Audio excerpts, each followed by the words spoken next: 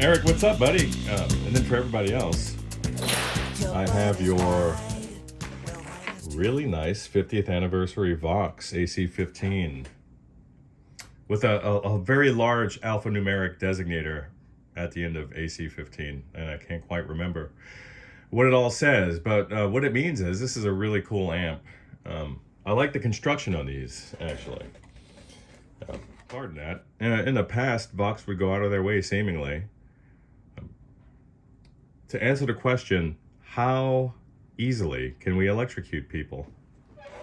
So it's nice that there are no exposed high voltage terminals here for the dude who just wants to change his power tubes. And then look at this lovely construction here. I like it. It's all mounted on terminals.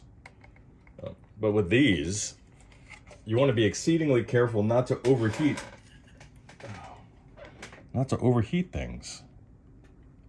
It's nice. What am I going to be doing on this? Look at that little ferrite bead in there.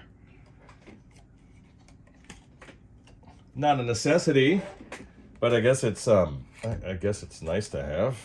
But there's a lot of inherent shielding just built into this L-shaped chassis setup. What do we have here?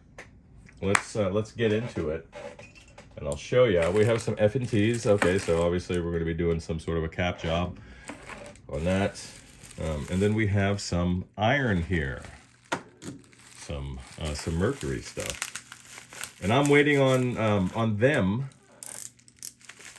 And you want to be careful not to slice through any leads. I'm waiting on mercury right now. They've been behind ever since the owner died. Poor Dave over there. You guys be gracious to them. All right, beautiful.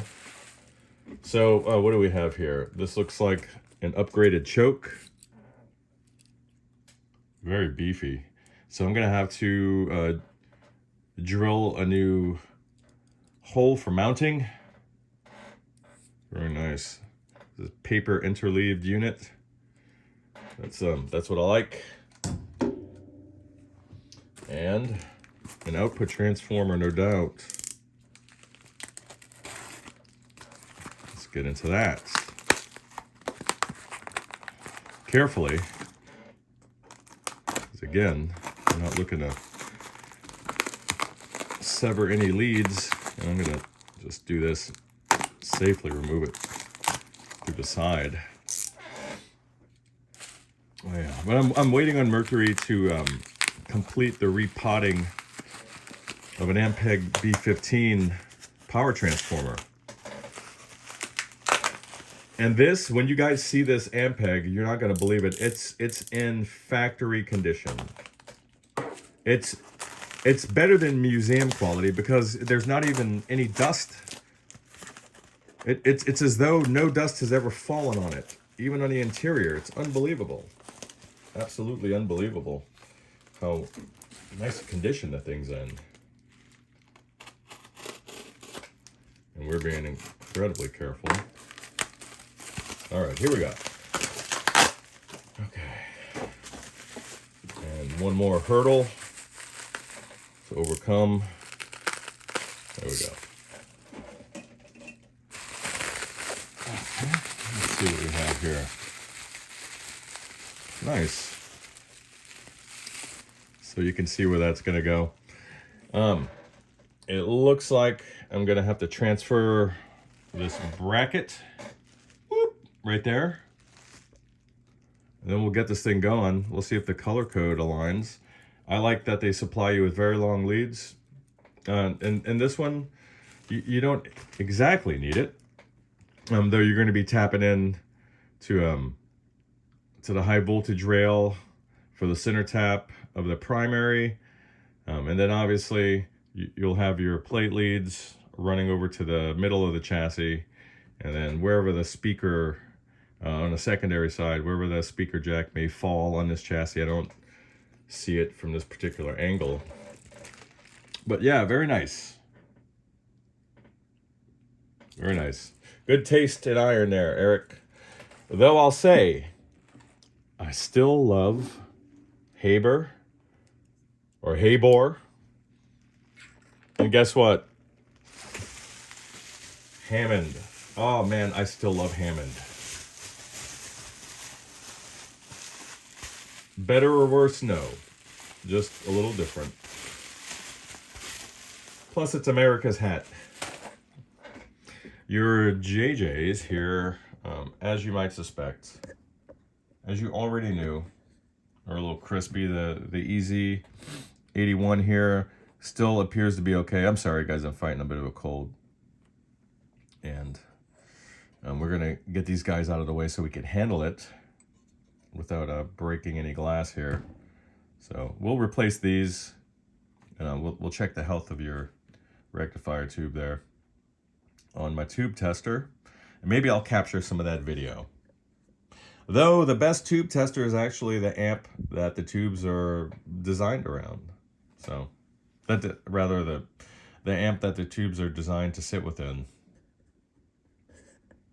Tube testers are generally pass or fail. They're not a Nostradamus machine. They're not going to tell you exactly how much longer they're going to be around. But then they don't really need to, do they? No. All right, update soon. Let's start by getting these guys off.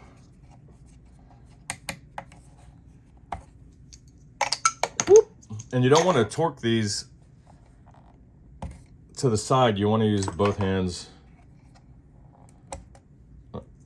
just to apply even pressure as you're lifting up. Look at this. I actually like that they did that. So that actually helps to preserve the life of these guys, because these are incredibly fragile. That split shaft knurled type of a pot, they're very fragile. So by filling in the groove in the shaft, you reduce the chances of the two sides collapsing and getting some damaging deflection. What is that? What is that? Let's see. There's circuit board. Yeah. All right, so just give this thing a nice little dusting, because that's what she needs. And you can be beautiful again, not just cool looking. A little bit of corrosion setting in on a pilot lamp bezel. That's okay. Again, I know I'm going to hear something about it. This is a clean, albeit stained, shop towel that I use expressly for dusting.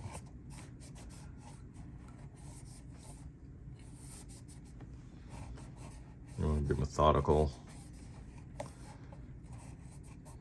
And frequently turn to a cleaner part of the rag as you move along.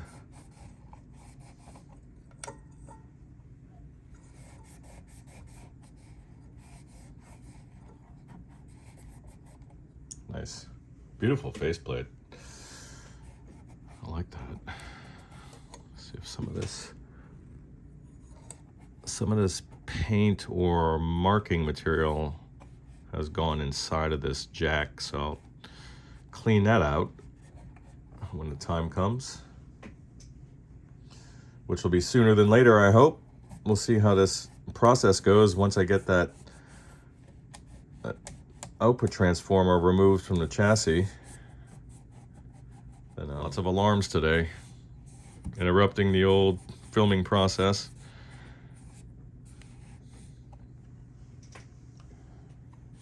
Trying to work around this camera, not too easy. Not too good at that. All right, so that's the faceplate, and then we have just a little bit of funk on the chassis itself. On the surface, nothing big, nothing that big.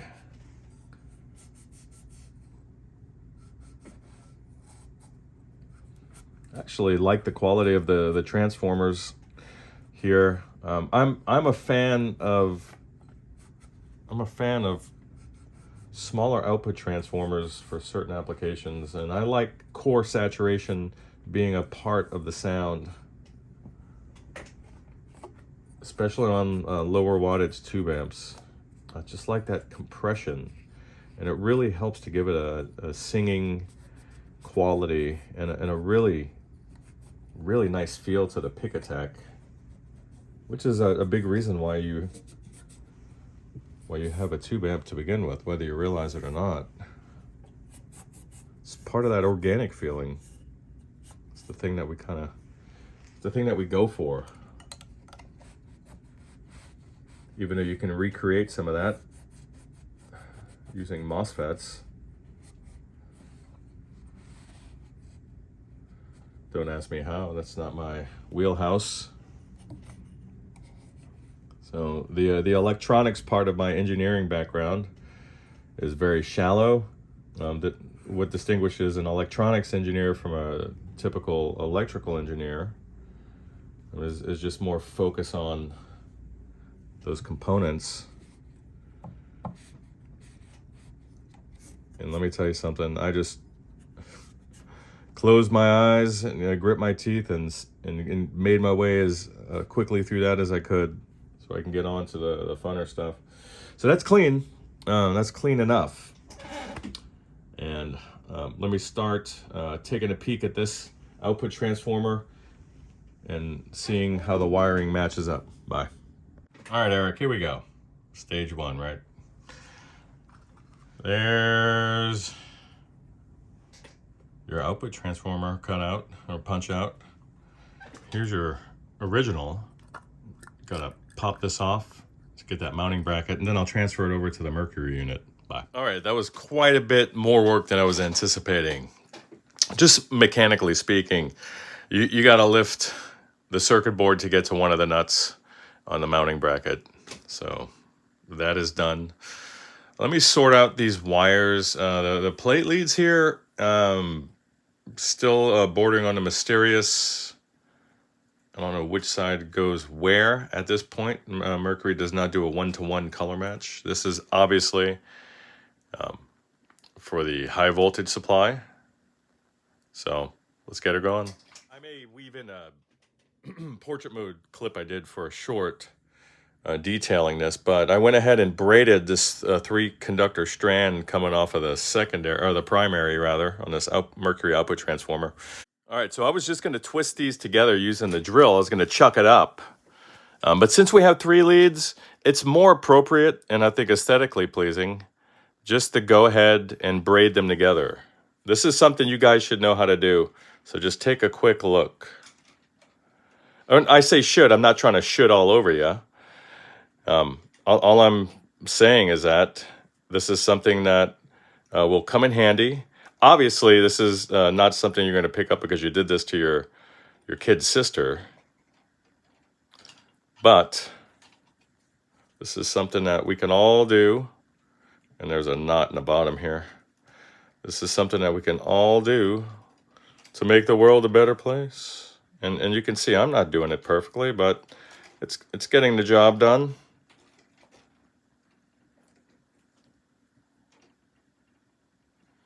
All right, where are we at?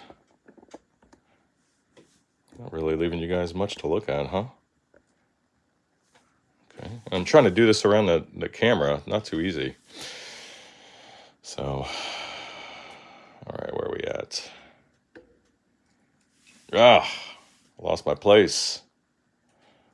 Lost my place. There we go. It used to be faster than this. Back when I was building little tweeds, I would do 4 conductors, and that was super cool. And then you can make money on the side if you wanna do hair. Why not? All right. And I'll show you what you'll be left with. This feels like this is quite pliable. This almost feels like solid core Teflon coated wire, but it's not. It's stranded. So super cool. And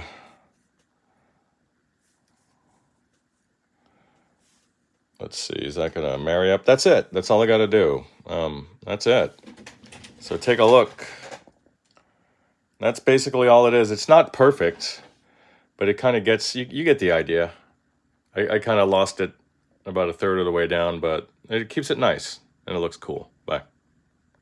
Kind of a bummer they don't do a one-to-one, so I'm gonna have to figure out which is which. I guess if she starts squealing, then I'll just reverse the plate leads.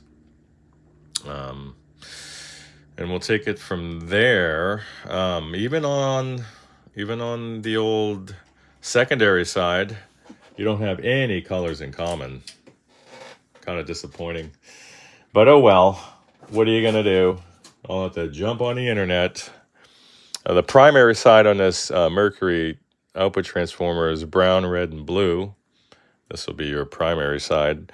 And then your secondary is obviously black, yellow, and gray, where yellow is an 8 ohm tap and gray is the 16 ohm tap. So pretty cool. This side will be fed through this grommet here and then attached to either one of these dudes, and then this guy will be grounded. And I'll give you an update shortly. Bye. Eric, a little swoop over, or swoop and sweep. Your mercury iron is in. You can see where I braided the 3 conductors there and twisted the 2. Main thing is just to keep stress off of the windings there. So if you're going to use a drill or power tool to make a nice, tight, and even twist, make sure you're holding it with your fingers about, I don't know, ½ an inch before the place where they enter the windings, or become the windings, rather. So you can see I have some stuff to clean off the board. I'm going to start on your cap job. You do need new power tubes. I think I mentioned that before, but in case I didn't, there you have it. All right, man. So finished up your power amp. Oh, I don't like the size of these F&T caps for this position, so I had to cant them a degree or two. It's an aesthetics thing that I don't like. I did upgrade your cathode bias cap for those output tubes, cooled it down. It's a 150 instead of a 130, and it's a brown devil, so it's got a nice little tunnel there for airflow. Very reliable resistor. It's off the board. Looking good here. So gonna move on to the preamp for the JMI stuff. Bye. It's a beautiful thing to behold. All right, again, the same thing with these F&T caps. Just barely made the squeeze in there. I would have probably gone with one of the Con brands, or even the MOD caps, which are nice. They don't have the data sheet available, so you can't really see everything, but they've been proven reliable and quiet. Relatively low ESR. This is not a cap you would, either one of these caps actually, is not something you would stick in a super sensitive circuit. It's certainly nothing I would put in an oscilloscope, you know. But for a guitar amp, rock on, man. Perfect. But just a form factor thing. It's just, I don't like things being so close to the turrets, but it's... sorry, the phone died. Update soon.